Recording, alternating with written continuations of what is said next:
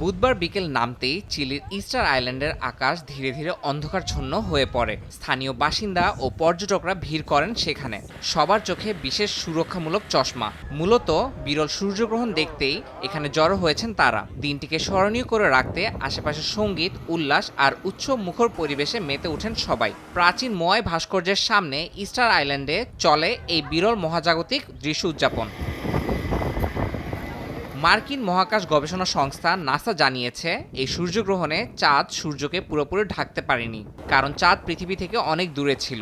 এর ফলে চাঁদের চারপাশে সূর্যের আলো আংটির মতো একটি উজ্জ্বল বৃত্ত তৈরি করে, যার নাম দেওয়া হয় রিং অফ ফায়ার। সূর্যগ্রহণের সময় সূর্যের চারপাশে উজ্জ্বল আংটির মতন আলো তৈরি হওয়ায় মহাজাগতিক দৃশ্যপটে এটি বিরল ও উপভোগের বিষয় হয়ে দাঁড়িয়েছে। মাঠের অলরাউন্ডার আমি, আর ঘরের অলরাউন্ডার টাইলক্স।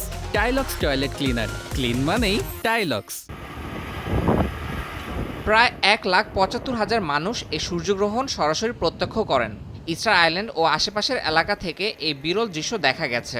তবে দক্ষিণ আমেরিকা, অ্যান্টার্কটিকা ও হাওয়াই অঞ্চল থেকেও আংশিকভাবে এই বিরল দৃশ্য দেখেছেন অনেকে। ইয়াসিন মোহাম্মদ জিসান, সময় সংবাদ।